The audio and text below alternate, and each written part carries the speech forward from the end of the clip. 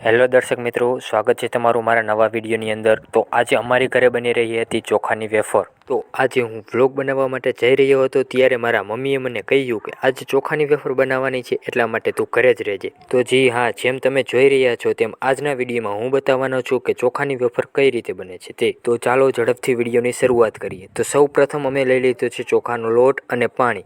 તો ચોખાના લોટ જેટલું પાણી લઈ લેવાનું છે એક વાસણમાં। જ્યાં સુધી મારા મમ્મી પાણી લે છે ત્યાં સુધીમાં હું મારા વિડીયો વિશે બતાવું તો જનરલી બધા વિડીયો મારા હિન્દીમાં જ હોય છે અને ચોખાની વેફર ઝાઝા ભાગે ગુજરાતીઓ જ બનાવતા હોય છે, એટલા માટે આ વ્લોગ મેં ગુજરાતીમાં બનાવવાનું ડિસાઈડ કર્યું છે। જરૂરિયાત મુજબનું પાણી એક તપેલામાં લઈ લીધું છે। હવે આગળની પ્રોસેસ મારા મમ્મીને પૂછીને મારે બતાવી જોશે, કેમ કે મને તો ખબર નથી આમાં શું કરે છે। આ તો મારો વ્લોગ બની જાય એટલા માટે મેં આ વિડીયો બનાવ્યો છે। તો સ્પેશિયલ હેતુ એ નથી કે ચોખાની વેફર કેવી રીતના બનાવી તે, પરંતુ આ બતાવી રહ્યો છું હું ચોખાની વેફર કેવી રીતના બનાવી તે। તો ચૂલો સળગાવી રહ્યા છે મારા મમ્મી। ત્યાં સુધીમાં તમે આ વિડીયો પસંદ આવે તો લાઈક જરૂર કરી દેજો અને અમારી ચેનલને સબસ્ક્રાઈબ પણ જરૂર કરી દેજો। તો આમાં સૌ પ્રથમ પાણી ગરમ કરવાનું હોય છે, એટલા માટે મારા મમ્મી ચૂલો સળગાવી રહ્યા છે અને એના ઉપર તપેલું મૂકી દીધું છે।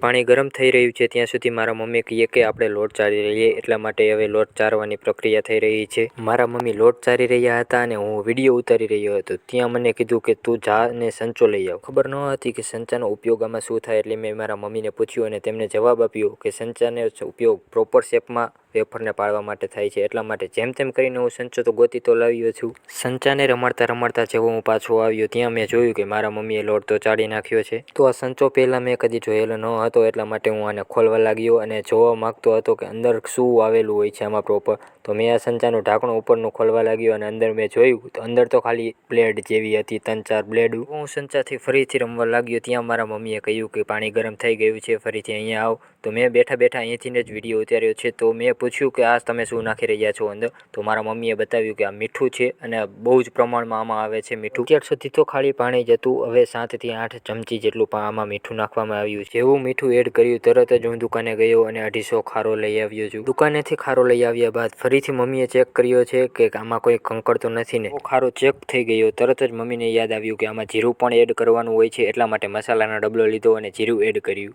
હવે આને 15 થી 20 મિનિટ સુધી ગરમ થવા દેવું પડશે, એટલામાં હું કોલેજ જવા માટે તૈયાર થઈ જાઉં યુનિફોર્મ પહેરીને। તો તૈયાર થઈને જેવો હું પાછો આવ્યો ત્યાં પાણી તો પૂરેપૂરું ગરમ થઈ ગયું હતું અને મમ્મી તેમાં ખારો એડ કરી રહ્યા હતા। ખારો એડ થઈ ગયા બાદ મમ્મીએ આ પાણીનું ટેસ્ટ કર્યું અને ચોખાનો લોટ એડ કરવા લાગ્યા। ચોખાનો લોટ ગરમ પાણીમાં એડ કરવાનો હોય છે, એટલે એમાં 2 જણાની જરૂર કમ્પલસરી પડે જ છે, એટલા માટે મારી બેન આવી ગઈ છે અને તે હલાવવા લાગે છે। મારા મમ્મી લોટ એડ કરતા જાય છે અને તે હલાવતી જાય છે। જ્યાં સુધી લોટ થોડો કઠણ ન થઈ જાય ત્યાં સુધી એડ કરવાનું રહેશે એવું મને લાગી રહ્યું છે, બાકી ખબર નથી મને, મારા મમ્મી કહે તે પ્રમાણે થશે। જ્યાં સુધી લોટ એડ થઈ રહ્યો છે ત્યાં સુધીમાં તમે કમેન્ટમાં જરૂર બતાવજો કે આ વિડીયો તમને કેવો લાગી રહ્યો છે, જેથી હું આગલા વિડીયો પણ ગુજરાતીમાં મૂકીશ। ફાઇનલી લોટ કમ્પ્લીટ થઈ ગયો છે અને આ મમ્મી જબલામાં ભરી રહ્યા છે લોટ। મને ખબર નથી કે આનું શું કરવાનું છે, મને તો આ સંચો બહુ જ ગમી રહ્યો છે, એટલા માટે હું તેને ચલાવવા માટે બહુ ઉત્સુક થઈ રહ્યો છું। એટલામાં મારી નજર લોટ ઉપર ગઈ, ત્યાં તો મેં જોયું કે જબલામાં પૂરેલા લોટને મારા મમ્મી મારી રહ્યા હતા। તો મેં પૂછ્યું કે આ શું થઈ રહ્યું છે, તો મારા મમ્મીએ બતાવ્યું કે આ લોટને સ્મૂથ કરવા માટે જ કરવું જોઈએ। ફાઇનલી મને આ સંચો ચલાવવા માટે મારા મમ્મીએ કહી દીધું છે અને હું આવી ગયો છું આ વેફર પાડવા માટે। આ સંચો આવી રીતના ફેરવવાનો હતો, મને આ લીધા પછી ખબર પડી કે આવી રીતના ફેરવવાથી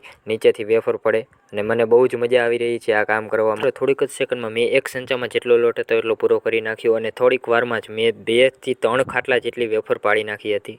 હવે આ વેફરને પૂરેપૂરી સુકાવા દેવાની હોય છે। મારું કામ થઈ ગયું હતું હવે પૂરું અને હું નીકળી જાઉં છું કોલેજ માટે, એટલે મળીએ આપણે આગલા વ્લોગમાં।